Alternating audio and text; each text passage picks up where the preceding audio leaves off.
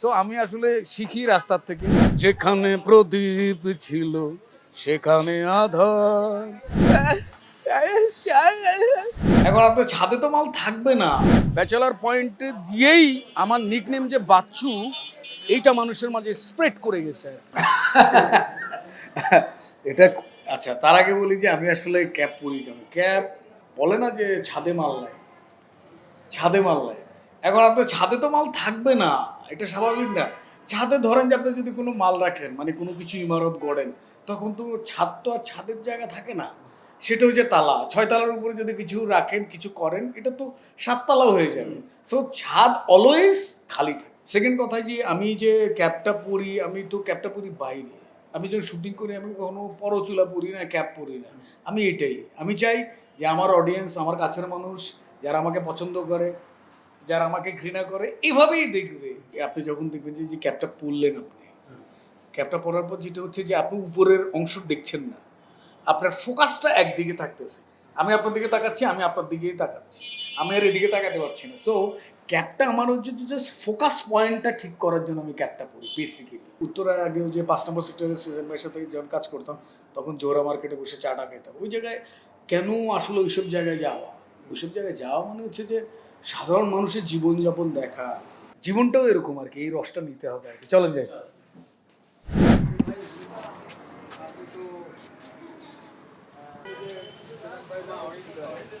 তখন এলাকার বড় ভাই বাচ্চু হওয়ার আগে এইখানে সেজানবার কাছে, তখন আসলে প্র্যাকটিক্যাল কথা, একদম সত্য কথা যে আমার তখন ক্যারিয়ারের দ্বিতীয় ইনিংস শুরু। এই পাশে হচ্ছে আক্তার ইয়ে করতো।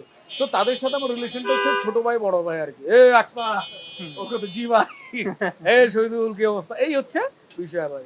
আবার এরকম হয়েছে যে এখানে বসে খাইতেছি, ডাক পড়লেও দৌড় দিয়ে চলে গেলাম, টাকা পয়সা পরে হবে, তাই না আক্তার? তো রিলেশনটা আসলে বেসিক্যালি এরকম হয়। তো এই জায়গাগুলো আমার তো আসলে যেমন আমার তো আসলে অ্যাক্টিংয়ের স্কুলটা নাই আর কি, বা আমি স্কুলিংটা নাই আর কি, স্কুল হয়ে আসি না আর কি।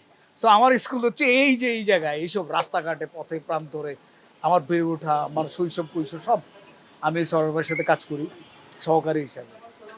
তো ওই সময়টা খুব একটা সময় পেতাম না, কিন্তু গ্যাপ পাইলে, সময় পাইলে আমি নর্দায় চলে যেতাম, ওই রকমই একটা চায়ের দোকানে আর কি। তো চায়ের দোকানে যখন যাইতাম, ওখানে দেখতাম যে পাশে একটা লোক, সে হচ্ছে কথা বলতে পারে না, এক হাত নাই, গামছা দিয়ে বাম হাতটা ঢাকা, ঠোঁটগুলো পান খেয়ে ঠোঁটগুলো লাল করে ফেলতো আর কি। কিন্তু না, তার চেহারার ভিতরে একটা মধু ছিল আর কি। মানে চেহারা দেখলে মনে হতো যে এত কোটি কোটি টাকার মালিক সে, মানে এত উৎফুল্ল, এত ফুর্তি। আমি তখন হিসাব করলাম, আচ্ছা এই লোকটার তো কথাও বলতে পারে না, একটা হাতও নাই, কিন্তু তার তো মন খারাপ নাই, তাহলে আমরা কেন মন খারাপ করে থাকবো? সো আমি অলওয়েজ বলি না যে এনজয় করো, জীবনটা উপভোগ করো, মন খারাপের কিছু নাই। তো ওই লোকটা থেকে আমি কি শিখলাম, ও মাঝে মাঝে বললাম চা খাবেন, তো কী বা বলো, সে খুব খুশি হয়ে যেত, চা খাইতাম, কথা বলতো, কেন তার সাথে রিলেশনটা করা আর কি, বোঝা, তার চরিত্রটাকে বোঝা, চরিত্রের ভিতরে ইয়ে করা।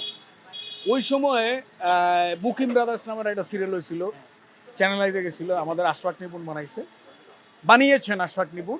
তো ওইটাতে হঠাৎ করে আমার চরিত্রটা একটু চেঞ্জ হয়ে যাবে। আমি তখন ওখানে কি করব, আমি কথা, ঘুম থেকে উঠে দেখা গেল যে আমি কথা বলতে পারি না।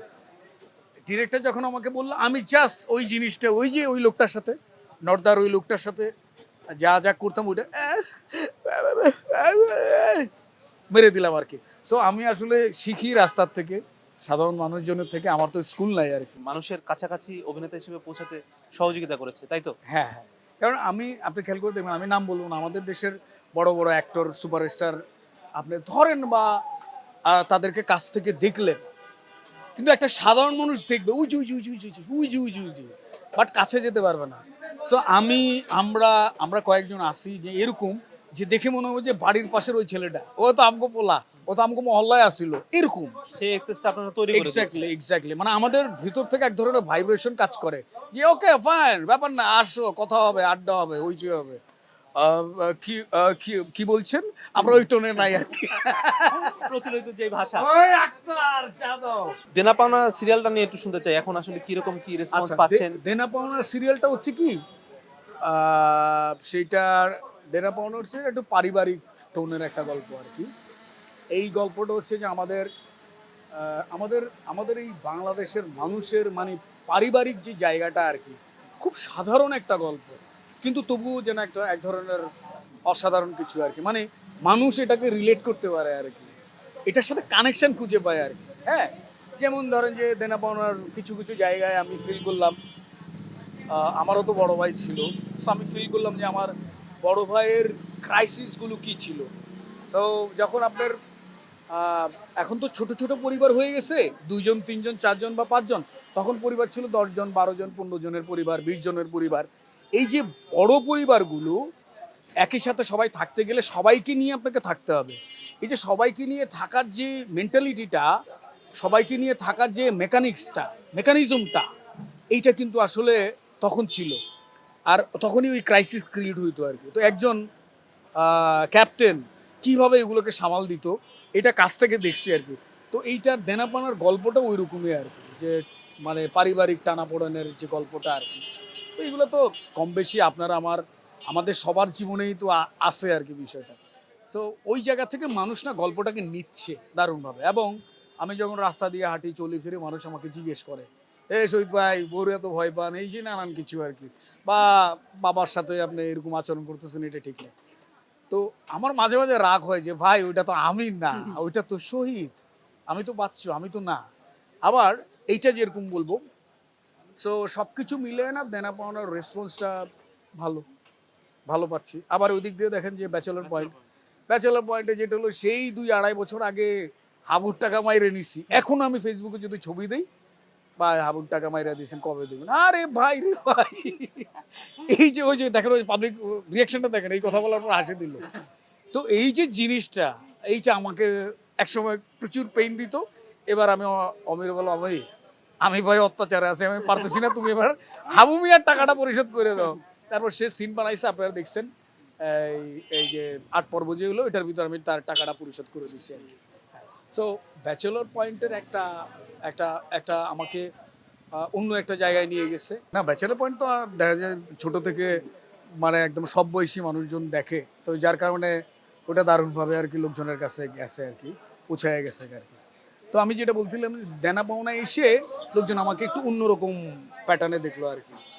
মানে দেখা গেলো যে একটা হাজব্যান্ড, একজন ঘরের কর্তা, ওই রকম একটা চরিত্রে আমাকে দেখলো আর কি, একটু আলাদা রকম ভাবে। সো পজিটিভ আর কি। বাচ্চু ভাই, এর মাঝে একটা খবর পেলাম আমি, কি? সেটা হচ্ছে আপনি নাকি শুটিং সেটে প্রচুর এনজি দেন। আচ্ছা, এনজি কেন দেবো না? প্রথম কথা বলেছি, এনজি কেন দেবো না, কারণ আমি তো বাচ্চু, বুসারি সৈয়দ বাচ্চু।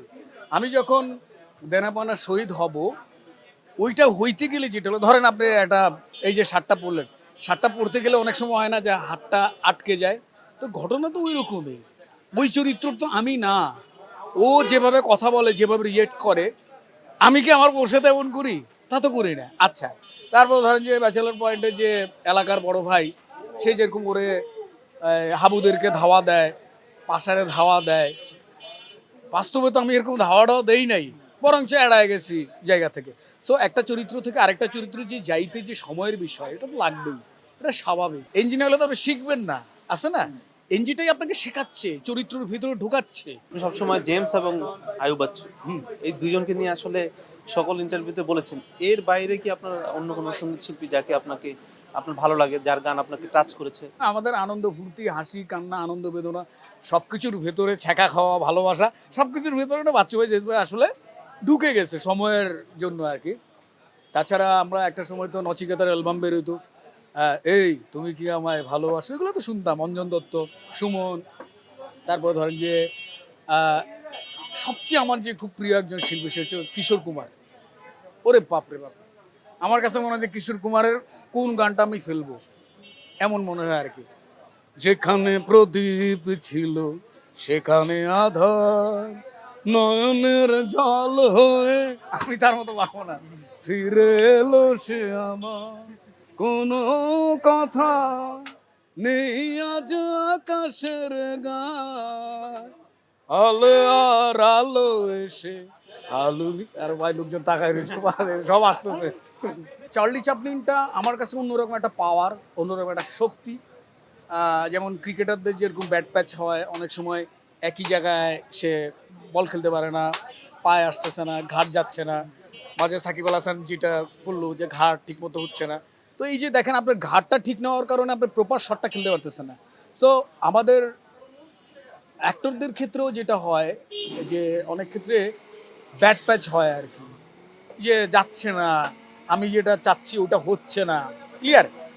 তো আমি ওই সময়টা যেটা করি সেটা হলো আমি জাস্ট চুপচাপ একদিন বা 2 দিনের একটা গ্যাপ নিয়ে আমি চার্লি চ্যাপলিন দেখি। আপনার শুরুর দিকের কাজ আমরা ফার্স্ট ডেট দেখেছি, আরও অন্যান্য অনেক কাজ দেখেছি। এরকম কোন কোন চরিত্র আপনাকে আসলে সবচেয়ে বেশি মানুষের ভালোবাসা অর্জন করতে সক্ষম করেছে বলে আপনি মনে করেন? আমার প্রথম কাজ ঘর নাই, এরপর হচ্ছে খসরু প্লাস ময়না। ঘর নাইতে যা শুরুটা করা, এরপরে খসরু প্লাস ময়না, ম্যাও, এরপরে ফার্স্ট ডেট, উচ্চতর শারীরিক বিজ্ঞান, এমন দৃষ্টি কোথাও খুঁজে পাবে না তুমি, তারপরে মুকিম ব্রাদার্স।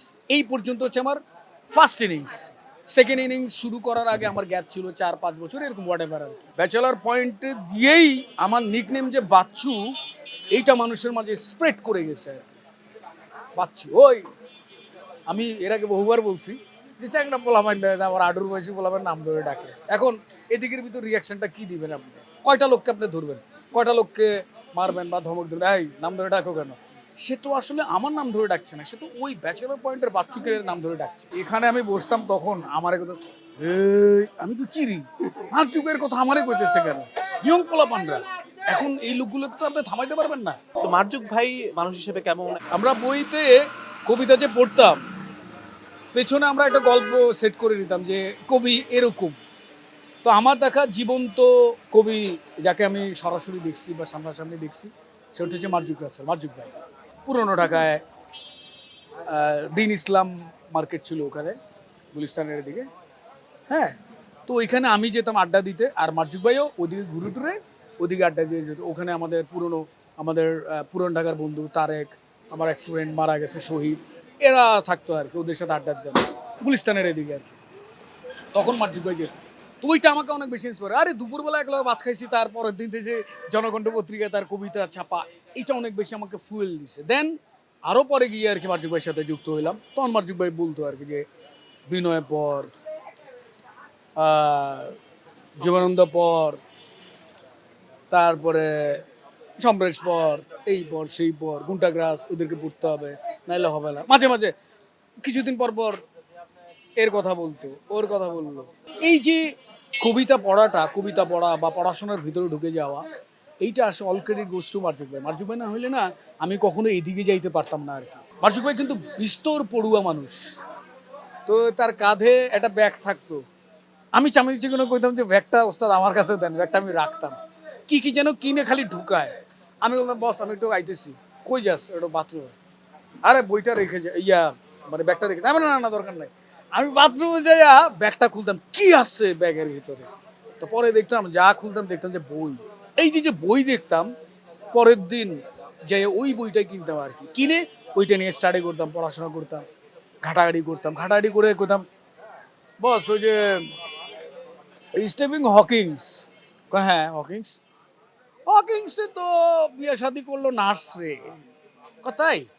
হ্যাঁ তারপর না বসে ইয়ে করলো, যাক ভালো, ওর ফিলোসফিক্যাল জায়গাটা ভালো লাগতেছে, এই গেল। যারে পড়তাম পরের দিন যে তাকে নিয়ে আলোচনা করতাম, একটা খোঁচা দিলে সে নানান কথা বলতে থাকতো। ক্লাস, এই যে রাস্তা থেকে শেখা, ক্লাস নেওয়া। হঠাৎ একদিন বললো যে কবিতা লিখতে হলে জীবনানন্দ লাগবো, না এলে হবে না। কবিতা পড়তে হলে বিনয় লাগবো, না এলে হবে না। বিনয় হইতে হবে। তো এই যাইয়া বাসা যায়, আর ইশালা বিনয়, ঈশ্বরীর স্বরচিত নিবন্ধন কিনলাম বিনয় মজুমদারের, পড়লাম। তো এইভাবে আসলে বেসিক্যালি চোখটা খোলা, বিশ্বকে দেখা। না হলে তো ওই যে অ্যাজ ইউজুয়াল একটা চাকরি করা, দেশের বাইরে চলে যাওয়া, একটা বাড়ি করা, একটা বিয়ে করা, বাচ্চা কাচ্চা হওয়া, গাড়ি মাড়ি নিয়ে ঘুরে বেড়ানো, ওই তো হইতো জীবন আর কি। আলাদা কিছু হইতো না আর কি, বুঝতে পারছি। এখন কি হয়েছে কি হয় নাই সেই নিয়ে ভাবি না। সামনের দিনগুলো আসলে কিভাবে এগিয়ে নিতে চান আপনার জীবনকে, এবং কোন কোন ক্যারেক্টারের প্রতি আপনার আগ্রহ রয়েছে? সামনে কি হবে না হবে সেই সব নিয়ে আমি ভাবি না আর কি। সামনে যা খুশি হোক, হাসবো, খেলবো, আনন্দ ফুর্তি করবো, এই তো। মানে সামনে নিয়ে এত ভাবি না আর কি। আর আমারটা হচ্ছে যে আজকের কথা, কালকের কথা, এর বেশি আর ভাবি না আর কি। এমন একটা জায়গা দিয়ে যাওয়া যেখানে পাতা আছে, তাদের লোগো হচ্ছে একটা পাতা। সো পাতার ওই জায়গায় যাওয়ার অনেক আগে থেকে ইচ্ছে ছিল। যাই হোক, এই যদি সময় হয় কখনো যাব, নাইলে নাই, হইলে হবে, নাইলে নাই, এটা নিয়ে মন খারাপের কিছু নাই আর কি। সবশেষে একটাই কথা, সেটা হলো ভালো থাকুন, সুন্দর থাকুন, এটাই। ধন্যবাদ।